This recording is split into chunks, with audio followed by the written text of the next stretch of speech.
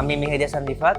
আমি মূলত কাজ করি ডিজিটাল মার্কেটিং এবং এআই নিয়ে। আমার যে প্রতিষ্ঠান আছে, ডিজিটাল মার্কেটিং প্রতিষ্ঠানের নাম হচ্ছে মার্কেটেক গ্লোবাল এবং এআই বেসড প্রতিষ্ঠানের নাম হচ্ছে মার্কিভার্স এআই। আমি এআই নিয়ে কাজ করছি 3 বছর প্লাস। এআই নিয়ে কাজ করার ফলে প্রথমে এখন যেটা আমরা দেখি যে 2021-22 সালে থেকে যেমন চলছিল বা এখন যেমন চলছে, বিশাল একটা পার্থক্য আমরা দেখতে পাই। একটা সময় দেখতে পারতাম আমরা শুধুমাত্র এআই বলতে মানুষ চ্যাটজিপিটিকে বুঝতো। এখন মানুষ ওই ধারণা থেকে অনেকেই বের হয়ে আসছে, যখন চ্যাটজিপিটি যে শুধুমাত্র এআই না, আরো অনেক টুলস আছে, অনেক কিছু আছে এআই ব্যবহার করে অনেক কিছু করা যায়। এগুলো হচ্ছে মানুষ এখন শিখতে পারছে এবং আমিও চেষ্টা করি মানুষকে শেখাতে, মানুষ এগুলো নিয়ে কাজ করতে। তো আই এনজয় ইট। আপনার সিভি দেখে যেটা বুঝলাম সেটা হচ্ছে যে আপনার লেখাপড়া হচ্ছে টেক্সটাইল ইঞ্জিনিয়ারিং। জি তো আর আপনার প্রফেশনটা হচ্ছে যে এআই বা ডিজিটাল মার্কেটিং। জি। তো এইটা টোটালি হচ্ছে যে আপনার বিপরীত। এই আকর্ষণটা কেন আসছে নিজের মধ্যে এবং হচ্ছে যে কেন কাজ করতে নিয়মিত থাকবে? আচ্ছা, এইটা বেশ বড় একটা লম্বা জার্নি আছে এখানে। আমার পড়াশোনা আসলে টেক্সটাইল ইঞ্জিনিয়ারিং এর উপরে, BSc in textile engineering, apparel manufacturing এর উপরে। কিন্তু আমার ফুল ক্যারিয়ার হচ্ছে ডিজিটাল মার্কেটিং, এআই এগুলা নিয়ে। তো সবাই কম বেশি এগুলা নিয়ে প্রশ্ন করে। তো ব্যাপার যেটা হচ্ছে যে এইখানে ডিজিটাল মার্কেটিং এ হচ্ছে যে আমার খুব প্যাশনের জায়গা এবং ডিজিটাল মার্কেটিং নিয়ে কাজ করতে করতে যখন এই এআই নিয়ে যখন বাংলাদেশে প্রথম আসে বা ওয়ার্ল্ডে যখন এআই এর একটা জোয়ার শুরু হয় 21-22 সালের লাস্টের দিকে, তো তখন আমরা যেটা দেখলাম যে আহ, যদি কিছু এআই টুল ইউজ করি তাহলে এই ডিজিটাল মার্কেটিং এর ব্যাপারগুলো আর অনেক ফাস্টার হয় আর অনেক অ্যাকুরেট ডেটা আমরা পাই। তো ওই একটা ইচ্ছা বা ওই শেখার আগ্রহ থেকে এআই নিয়ে যাত্রা শুরু এবং এখন এই এআইটাও হচ্ছে একটা ভালো লাগার জায়গা, প্যাশনের জায়গাতে পরিণত হয়েছে। এখন আমার পুরো ক্যারিয়ারটাই হচ্ছে এখন ডিজিটাল মার্কেটিং এবং এর উপর একটা ব্লেন্ড ক্যারিয়ার হিসাবে হচ্ছে দাঁড় হয়েছে। তো পড়াশোনা টেক্সটাইলে ওটা জাস্ট পড়াশোনায়, টু বি ভেরি অনেস্ট। আর আমার প্যাশনের জায়গাটা হচ্ছে ডিজিটাল মার্কেটিং এআই, এই সাইডটা। ভাই, এআই আসলে মূলত কি? মানুষ যেটা ভাবে যে এআই হচ্ছে আর্টিফিশিয়াল ইন্টেলিজেন্স এবং হচ্ছে তাদের মাথায় আরেকটা আছে যে এইটা আসলে চাকরি থাকবে না। বাট মূলত হচ্ছে যে এআই আসলে বলতে আপনি কি বুঝান? আচ্ছা, এই এআই মানে আর্টিফিশিয়াল ইন্টেলিজেন্স, এটা আমরা কম বেশি সবাই জানি। কিন্তু আমি যেটা এড করি সবকিছুর সাথে, সেটা হচ্ছে এআই হচ্ছে একটা মানুষের বন্ধু বা একটা সহযোগী, যদি আমরা এটাকে ভালো কাজে ইউজ করি। সো ভালো কাজে ইউজ করা এটার বলার একটা কারণ আছে, কারণ এআই কে আসলে অনেকভাবে অনেক কি ইউজ করে। কিন্তু আরেকটা যে ভুল ধারণা বলি বা ভ্রান্ত ধারণা বলি যে এআই আসলে মানুষের চাকরি খেয়ে দিবে বা চাকরি নিয়ে নিবে, এইটা আসলে পুরোপুরি সত্য না আমার মতে। আমার কাছে এটা মনে হয় এটা পার্শিয়াল একটা সত্য কথা। এআই এর কারণে যেমন মানুষের প্রোডাক্টিভিটি অনেক ইনক্রিজ হয়েছে, মানুষের অ্যাকুরেসি অনেক বেড়েছে এবং সে হচ্ছে অনেক এফিশিয়েন্টলি হচ্ছে কাজ করতে পারে। এগুলোও কিন্তু এআই এর একটা আশীর্বাদ হিসেবে আমরা ধরতে পারি, বা যেগুলো হচ্ছে মানুষ নরমালি মানে হয়তোভাবে চিন্তা করে না। মানুষ সবসময় যেটা চিন্তা করে যে এআই যেহেতু চলে আসছে আমার হাতে চাকরিটা চলে যাবে।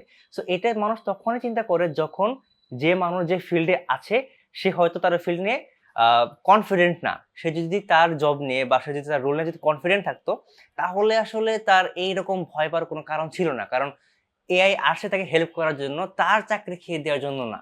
তো ব্যাপারটা আসলে এটাই যে এটা আসলে একটা পার্শিয়াল ভ্রান্ত ধারণা আমার যেটা মনে হয়। ভাই, বহির্বিশ্বের এআই এবং হচ্ছে যে বাংলাদেশের এআই প্রযুক্তি কোন ফেজে আসলে আসছে বলে আপনি মনে করেন?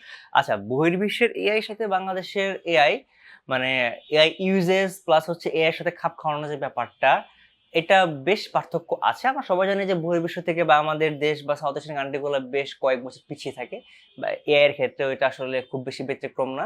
আমি যেটা দেখি যে বহির্বিশ্বে এখন যে কোনো সুপার শপ বা যে কোনো দোকান এবং সব জায়গাতেই হচ্ছে তারা ফুললি এআই ইউজ করে সব কাজ করছে এবং আহ কোনো দোকানে বা কোনো জায়গাতে হচ্ছে জাস্ট একটা সফটওয়্যার, এআই বেস সফটওয়্যার, এখানে খুব বেশি মানুষও দেখা যায় না।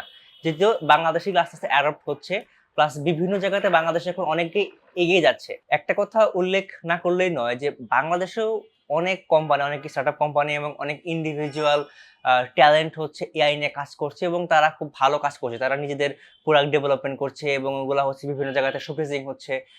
এগুলো হচ্ছে আমাদের জন্য খুবই গর্বের বিষয়।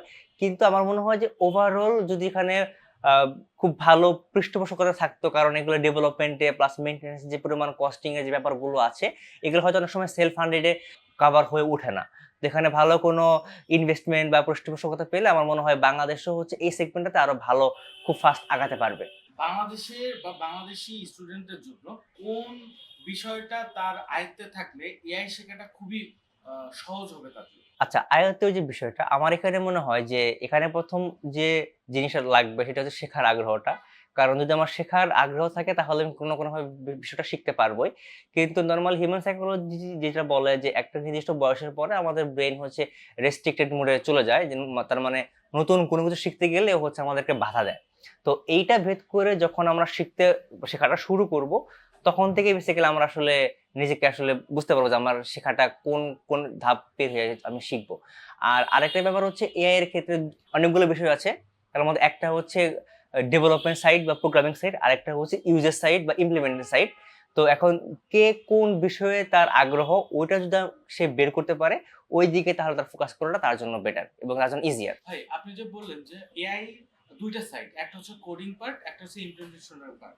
তো কোডিং পার্টে এখন নতুন কিছু টুলস বের হয়েছে যেখানে হচ্ছে যে কোডারদের আর দরকার হচ্ছে না, হুম। ওয়ার্ক ফ্লো দিয়ে দিলেই তারা হচ্ছে যে অ্যাপ্লিকেশন বের করে দিবে। যেমন ধরি N8N কোন একটা টুলস আছে বা অ্যাপ্লিকেশন যেখানে হচ্ছে ওয়ার্ক ফ্লো দিলে আমরা আসলে একটা অ্যাপ্লিকেশন পাবো। কোডিং আসলে কিভাবে তারা আয়ত্ত করলে আসলে এই ক্ষেত্রে কাজ করতে পারবে?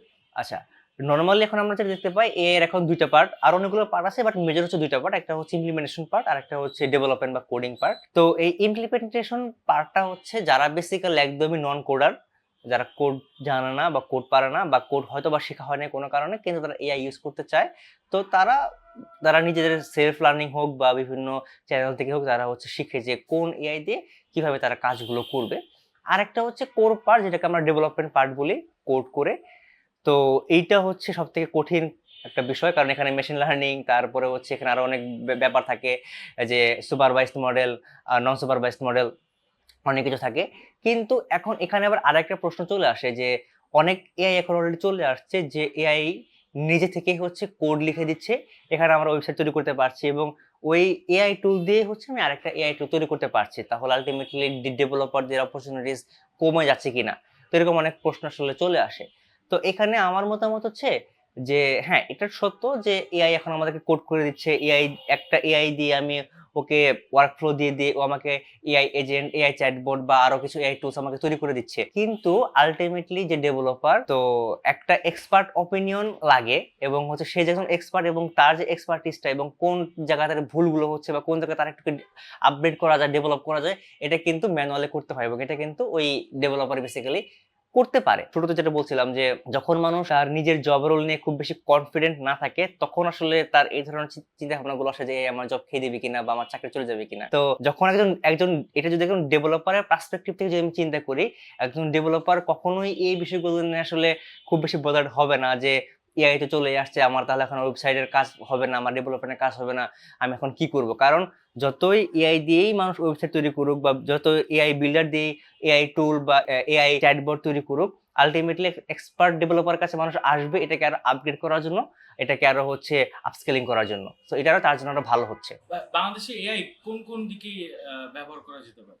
আচ্ছা, বাংলাদেশের আসলে এআই এর ব্যবহারটা এখন আমি যেটা দেখি যে মোটামুটি সব জায়গাতে এখন এটা বিস্তৃতভাবে ছড়িয়ে যাচ্ছে।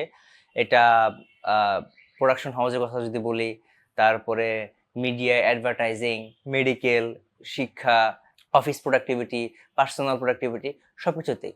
তো এসব ক্ষেত্রে যেমন কিছু ভালো দিক আছে তেমন খারাপ দিকও আমরা দেখতে পাচ্ছি। কিছু মানুষ হয়তো এটাকে একটু অন্যভাবে ইউজ করছে।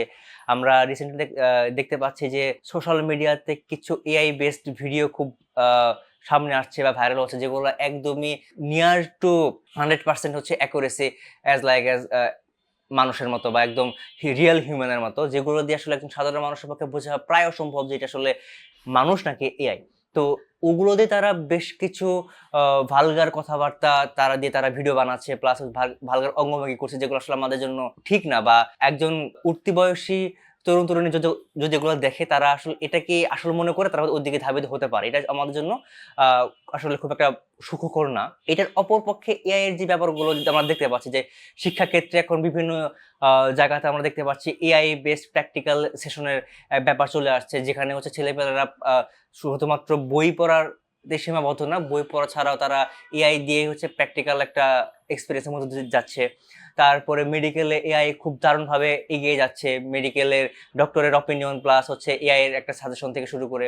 তারপরে আমরা দেখতে পাচ্ছি যে বেশ কিছু সুপার শপে এখন এআই বেসড হয়ে যাচ্ছে, এরকম একটা বিভিন্ন জায়গাতে এআই চলে আসছে। কিন্তু আমি যেটা মনে করি এআই হচ্ছে একটা ছুরির মতো, এটা যদি ছুরি লাইক হচ্ছে, ছুরি যদি একটা ডাক্তারের কাছে থাকে সে মানুষের জীবন বাঁচাতে পারে, আবার যদি একজন সন্ত্রাসীর কাছে থাকে তখন জীবন নিতেও পারে। তো আমরা এটাকে কে কোন ভাবে ইউজ করছি এর উপর আসলে এটা ডিপেন্ড করবে যে আমরা এটা কোন দিকে যাবে এটাই। ভাই আপনি বারবারই কথার মাঝখানে বললেন যে হচ্ছে যে এটার অপব্যবহার হয় এবং হুম। অপব্যবহার রোধে আসলে হচ্ছে যে আমরা কি কি পদক্ষেপ নিতে পারি, এবং এই যে ভিডিওর কথা বললেন এটা আসলে কিভাবে জাস্টিফাই করতে পারি যে এটা আমার না বা কিংবা এটা ফেক।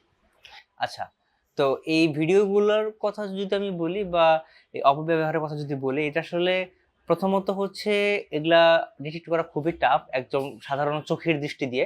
কিন্তু তারপরেও যদি খুব বেশি করে মানে খতিয়ে দেখা হয় তাহলে মোটামুটি কিছু পার্থক্য বোঝা যায় যে একজন হিউম্যানের স্কিন টোন আর এআই এর স্কিন টোন একটু পার্থক্য একটু বোঝা যায়। বাট এরপরেও আগামী কয়েক বছরের মধ্যে এগুলো আসলে বোঝা খুব টাফ হয়ে যাবে। বাট এর জন্য বেশ কিছু এআই ফ্যাক্ট চেকার আছে, dcopy.ai, siteengine.com, এরকম বেশ কিছু এআই সাইট আছে, ফ্যাক্ট চেকার সাইট আছে যেগুলোতে আসলে বেসিক্যালি আমরা চেক করতে পারি যে এগুলো বেসিক্যালি অ্যাকচুয়ালি এআই নাকি এগুলো মানুষ বা এরকম ব্যাপার যেটা এটাই। আচ্ছা, এই আমাদের যে এআই, বর্তমান যে এআই নিয়ে আমরা যে কাজ করতেছি, এই নীতিমালা কিংবা হচ্ছে যে এটার একটা সংবিধান বা এই যে খসড়াটুকু ভার্সিটির ক্ষেত্রে বা হচ্ছে জুনিয়র লেভেলের ক্ষেত্রে কিভাবে এটা করলে আসলে আমাদের জন্য, বাংলাদেশিদের জন্য ভালো হবে? টু বি ভেরি অনেস্ট, এখানে আসলে এআই নিয়ে এখনো কোনো রেগুলেশনস ওরকম স্ট্রিক্টলি আমাদের দেশে কোনো মেনটেন হয় না, বা হয়তো এখনো হয়নি, হয়তো সামনে হবে। কিন্তু এটা আসলে খুব দ্রুতই করে ফেলা উচিত, কারণ যদি এই রুলস এবং এই রেগুলেশন যদি আমরা খুব দ্রুতই না নিয়ে আসি, দেখা যাবে যে এটার এখন আমরা যেটাকে ভালো কাজ ইউজ করতেছি এটা আলটিমেটলি দেখা যাবে যে খারাপ কাজের দিকে বেশি হয়তো চলে যাবে। এবং কোনো রেস্ট্রিকশনস না থাকার কারণে যে এখানের চাকরির কথা বলি বা ভার্সিটির কথা বলি বা শিক্ষাক্ষেত্রে যেটা বলি, আমরা যেটা এক্সপেক্ট করতেছি যে এই এআই দিয়ে আমরা এই জিনিসগুলোতে আপস্কিলিং করব বা ভালো জিনিসগুলো করব, দেখা যাবে যে এটা খারাপ কাজে বেশি চলে যাবে। তো এটা খুব শীঘ্রই আমাদের দেশে এই রুলস এবং রেগুলেশন গুলো নিয়ে আসা উচিত। আমরা যারা আসলে এআই শিখতে চায় এরকম প্ল্যাটফর্ম কি হইতে পারে, আসলে কিভাবে মেন্টরিং নিজেকে করলে আসলে একজন এআই স্পেশালিস্ট হইতে পারবে বলে আপনি মনে করেন? আচ্ছা, এআই স্পেশালিস্ট যদি হতে চাই এটা আসলে অনেক লম্বা একটা জার্নি। এটা আসলে ১-২ দিনের একটা কথা না। এটা এখানে অনেক বিষয় জানতে হয়, অনেক কিছু আসলে শিখতে হয়। পুরো এআই মডেল কিভাবে কাজ করে, মডেলকে কিভাবে ট্রেন করতে হয়, ডাটা কিভাবে এক্সট্রাক্ট করতে হয়, ডাটা কিভাবে ইনপুট করতে হয়, এগুলো অনেক বিষয় আছে। তো আল্টিমেটলি আমি যেটা বলব যে যদি আমরা এআই শিখতে চাই, তো এআই শেখা মানে আমরা নরমালি যেটা বুঝি যে এআই ইমপ্লিমেন্টেশন শেখা। ইমপ্লিমেন্টেশন শেখার জন্য আমাদের বিভিন্ন ইউটিউব চ্যানেল আছে, বিভিন্ন ফেসবুক পেজেও আমরা আজকাল দেখতে পাই যে অনেক পেজ আমাদেরকে সাজেস্ট করে যে কোন এআই দিয়ে আমরা কি কাজগুলো করব। ওগুলা থেকে আমরা শিখতে পারি। তারপর আমরা গুগল করেও শিখতে পারি এবং আমাদের সবার বন্ধু ChatGPT কে বলেও আমাদেরকে শেখাবে। আরেকটা ব্যাপার হচ্ছে এআই শেখার আগে আমাদের প্রম্পট ইঞ্জিনিয়ারিং শিখতে হবে। এটা খুব ইম্পোর্টেন্ট আমাদের জন্য এআই শেখার ক্ষেত্রে। তো স্টেপ বাই স্টেপ এই বিষয়গুলো শিখতে, শিখতে আল্টিমেটলি আমরা ওই এআই স্পেশালিস্ট হওয়ার দিকে হচ্ছে আমরা এগিয়ে যাব। কিন্তু শেখার আগ্রহটা থাকতে হবে এবং এটা কোনো প্রাতিষ্ঠানিক জায়গা থেকে শেখার থেকে নিজে, নিজে শেখাটা হচ্ছে ভালো। আমি হচ্ছে এটা সাজেস্ট করি। এই যে শেখার ক্ষেত্রে আপনি কি বাধার সম্মুখীন হয়েছেন এবং এটা দিয়ে কিভাবে খুব সহজভাবে সলিউশনটা করতে পারেন? আচ্ছা, আমি যখন এআই শেখা শুরু করি তখন আমার ওই টাইমলাইনে বেশ কিছু বাধা আমি পাই। আমার ১ম কথা হচ্ছে আমার কোনো গাইড ছিল না। রিসোর্সের বেশ কিছু লিমিটেশন ছিল। বাট তারপরেও হচ্ছে আস্তে, আস্তে বেশ কিছু আ বিদেশি মেন্টর, তারপরে ইউটিউব চ্যানেল, বেশ কিছু ওয়েবসাইট, তারপরে আর্টিকেল, রিসার্চ পেপার এগুলো পড়ে আ মোটামুটি হচ্ছে যতটুকু শেখা যায় আমি চেষ্টা করেছি শেখার। এখনো হচ্ছে কন্টিনিউয়াস লার্নিং এর উপরেই আছি। বাট এখন হচ্ছে লার্নিং ফেজটা অনেকটা ইজি। এখন অনেক ইজিলি আমরা যেকোনো রিসোর্স অ্যাক্সেস করতে পারি। আর এখন হচ্ছে এআই শেখার ক্ষেত্রে আমরা ChatGPT কেও বলতে পারি। আমাদের সবার বন্ধু, আমাদের সবার কি বলে এটা এখন পছন্দের কেন্দ্রবিন্দু হয়ে গেছে আমাদের এখন ChatGPT। ওকে বললেও আমাদেরকে স্টেপ বাই স্টেপ গাইড করবে। তো যেটা বলছিলাম যে প্রম্পট ইঞ্জিনিয়ারিংটা এটাই হচ্ছে সবথেকে বেশি ইম্পোর্টেন্ট এবং হচ্ছে আ নিজে শেখার ইচ্ছা। আরেকটা ব্যাপার হচ্ছে প্রাতিষ্ঠানিক শেখার ক্ষেত্রে নিজে, নিজে শেখাটাকে আমি প্রেফার করি। কারণ এটাই হচ্ছে সবথেকে আ ভালো এবং ডিপ লার্নিং এর একটা সুযোগ থাকে যদি আমি সেলফ লার্ন করি। এটাই। আপনার এই জার্নিতে আসলে আপনার আইডল কে এবং হচ্ছে যে কিভাবে আসলে জার্নিটা শুরু করছে, মানে কার হাত ধরে? আচ্ছা, শুরুতে যেটা বলছিলাম যে আমার পড়াশোনা টেক্সটাইল ইঞ্জিনিয়ারিং এর উপরে, কিন্তু এখন কর্মক্ষেত্র হচ্ছে ফুল ডিজিটাল মার্কেটিং, এআই এগুলোর উপরে। তো এই যে পুরো একটা লাইফ ট্রান্সফরমেশন, এই পুরো ট্রান্সফরমেশনে হচ্ছে আমাকে ২ টা মানুষ খুব ভালোভাবে হেল্প করে এবং আমি এই ২ টা মানুষের কাছে খুবই কৃতজ্ঞ। একজনের নাম হচ্ছে শরীফুল ইসলাম আরভি, যিনি হচ্ছে আমার ইউনিভার্সিটির সিনিয়র। আরেকজনের নাম হচ্ছে নাইজুর রহমান স্যার, উনি হচ্ছে মাইন্ড ওয়ার্কস বাংলাদেশ একজন একটা মাল্টিন্যাশনাল কনসালটেন্সি ফার্মের বাংলাদেশের কান্ট্রি হেড। তো এই ২ টা মানুষ হচ্ছে আমার ফুল লাইফ ট্রান্সফরমেশনে মারাত্মকভাবে হেল্প করে এবং হচ্ছে আমার আ এই দিককার পুরা চোখ আই ওপেনিং বলা যায় করে দেয়। তো আমি আসলে এই ২ জনকে আমি আমার আইডল মানি এবং এরাই হচ্ছে আমার লাইফ ট্রান্সফরমেশনের পথপ্রদর্শক আরকি। ভাই এই যে বর্তমান যে এআই, বর্তমান এবং ভবিষ্যতে আসলে কিভাবে আপনি দেখছেন এবং হচ্ছে যে এটার বাধা বিপত্তি, ইভেন যদি বলি যে এটার আসলে একটা সলিউশন দরকার, মানে অল ইন অন যেটা বলি সেটা দরকার, এটা আসলে আপনার দৃষ্টিতে কিভাবে দেখছেন? এইটা আসলে এক কথায় বলাটা একটু ডিফিকাল্ট। কিন্তু যদি ছোট করে বলি, এখন পুরো পৃথিবী যেদিকে যাচ্ছে এবং আমি যদি শুধুমাত্র বাংলাদেশের কথাই বলি, বাংলাদেশ এখন শুধুমাত্র যেদিকে যাচ্ছে, এআই আসলে কম বেশি সবাইকে শিখতেই হবে, জানতে হবে। এই টিকে থাকার লড়াইয়ে আসলে এআই জানতেই হবে। এখন কথা হচ্ছে যে এই এআইটা আমরা কোন ক্ষেত্রে ব্যবহার করব, কতটুকু জানবো এবং আমি এটাকে আ আমার নিজের কোন ক্ষেত্রে আমরা এটাকে ইউজ করব। আমি এটাকে পার্সোনাল ডেভেলপমেন্ট ইউজ করব, নাকি শুধুমাত্র এটা আমার চাকরির ক্ষেত্রে ইউজ করব, নাকি এটাকে আমার হচ্ছে টাকা ইনকাম করার ক্ষেত্রে ইউজ করব। অনেক ধরনের অনেক পারপাস আছে। আমার পারপাসটাকে আগে খুঁজে বের করতে হবে। তো এখানে একটা কথা না বললেই নয় যে এখনকার দিনে এই তরুণ প্রজন্মের একটা টেন্ডেন্সি হচ্ছে এআই শিখে লাখ, লাখ টাকা ইনকাম করা যায়। এরকম একটা টেন্ডেন্সি চলে আসছে। এটা আসলে যে খুব বেশি ভুল ব্যাপারটা এরকমও না। কিন্তু শুধুমাত্র টাকা ইনকাম করার জন্য যদি এআই শেখা বা এই ফিল্ডে যদি আসে, তাহলে এটা ফুললি ভুল ধারণা হবে।